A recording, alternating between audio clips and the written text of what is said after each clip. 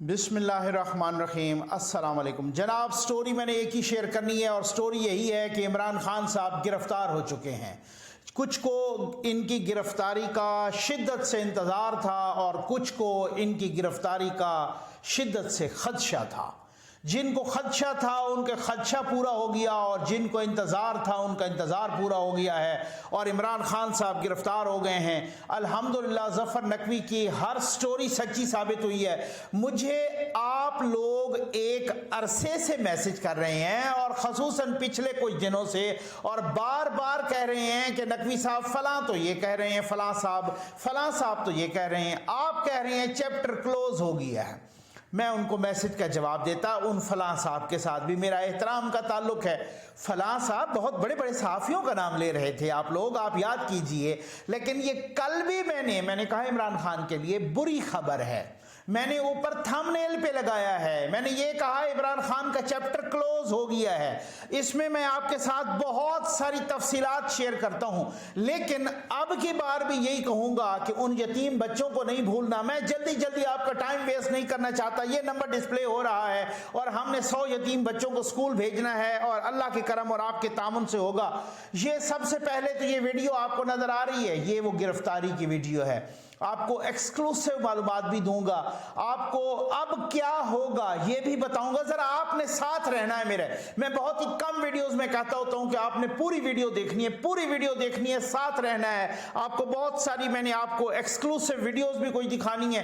یہ ویڈیو بھی آپ دیکھ رہے ہیں، آپ بار بار دیکھتے رہیں۔ عمران خان صاحب گرفتار ہو گئے ہیں، ہائی کورٹ کے اندر سے گرفتار ہوئے ہیں عمران خان صاحب۔ ہائی کورٹ کے اندر سے اپنا جو ہے نا وہ ڈائری برانچ، اس کا وہ وہاں پر ان کے سائن ہو رہے تھے۔ رینجر والے بتایا جا رہا ہے دروازے کھڑکیاں توڑ کے آئے، عمران خان صاحب کو لے گئے ساتھ۔ وہ ویل چیئر پہ کچھ لوگوں نے بتایا گر گئے تھے، ساتھ گھسیٹتے ہوئے لے گئے اور ساتھ پھر اس کے بعد چل پڑے۔ اب کچھ لوگ یہ بھی کہتے ہیں کہ جناب دیکھیں انہوں نے کس طریقے سے ڈرامہ بازی کی تھی، اب سب کچھ سامنے آ جائے گا۔ اب نیب راولپنڈی ان کو منتقل کر دیا گیا ہے اور ان کا وہاں پر معائنہ بھی ہو چکا ہے میڈیکل۔ اب بہت سارے ٹیسٹ بھی ہوں گے۔ نیب، میں کہتا ہوں خان صاحب آپ دعا کریں کہ انہوں نے نیب کا لا تبدیل کر دیا تھا۔ اگر وہ لا تبدیل نہ ہوتا تو 90 روز تک تو آپ اندر تھے، اب تو 14 روز ہوں گے نا، اور 14 کے بعد کیا ہوتا ہے یہ بھی بتاؤں گا۔ اتنا جلدی خان صاحب باہر نہیں آنے لگے۔ جی ہاں، میں یوتھیوں کو چونا تو لگاتا نہیں ہوں، میں تو اپنے یوتھیوں کو، یوتھنیوں کو، بہن بھائیوں کو بالکل سیدھی بات بتاتا ہوں۔ چونا لگانے والے ان کو اور بہت ہیں، FFL اور پالشیا صحافی بہت ہیں۔ یہ ویڈیو آپ بار بار دیکھ رہے ہیں جناب، اس کو آپ دیکھتے جائیے۔ اور اب عمران خان کے وکیل کا میں آپ کو پہلے بیان، پھر اس کے بعد میں آپ کے ساتھ بہت ساری ایکسکلوسیو نیوز بھی شیئر کرتا ہوں۔ یہ وکیل کا گوہر بٹ صاحب ان کے وکیل ہیں، یہ کیا انہوں نے عوام کو مشتعل کرنے کے لیے ایسا بیان دیا ہے یا کیا ہے؟ ہم نے تو عمران خان صاحب کو بھاگتے ہوئے دیکھا ہے رینجر کے ساتھ، وہ تو بھگا کے لے کے جا رہے تھے۔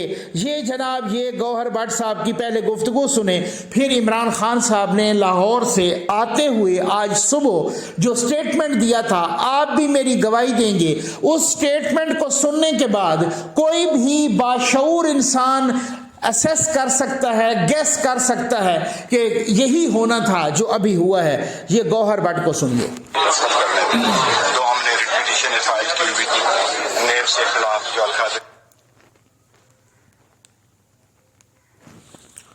یونیورسٹی، جس میں ہم کورٹ میں بھی آئے تھے کہ جی ہمارے انہوں نے انکوائری کو کنورٹ کر دیا انویسٹیگیشن میں۔ جو 2 ریٹ پٹیشن ہم نے فائل کر دی اس کا ہو گیا تھا، جو خان صاحب کو بایومیٹرک کے لیے اندر لے کے آئے، تو جس وقت خان صاحب اندر آئے وہ ویل چیئر پر رینجر کے سب لوگوں نے سب سے پہلے ہائی کورٹ کا جو مین گیٹ ہے اس کو توڑا، اس کی شیشے توڑے۔ اس کے بعد جو اندر بایومیٹرک کی بھی جگہ ہوتی ہے وہ اندر بایومیٹرک سارا کچھ پھاڑ کے چلے گئے، توڑ کے گئے۔ پھر اس کا دروازہ بھی توڑ لیا، پھر اس کی شیشے بھی توڑ لیا اور اندر آیا۔ میں اور بخاری صاحب کہتے تھے ہم پہ انہوں نے ڈائریکٹلی پیپر اسپرے کی اور شیل خان صاحب کو انہوں نے وہاں سے اٹھایا ہے، خان صاحب کو سر پہ مارا ہے، خان صاحب کو لات ماری۔ یس،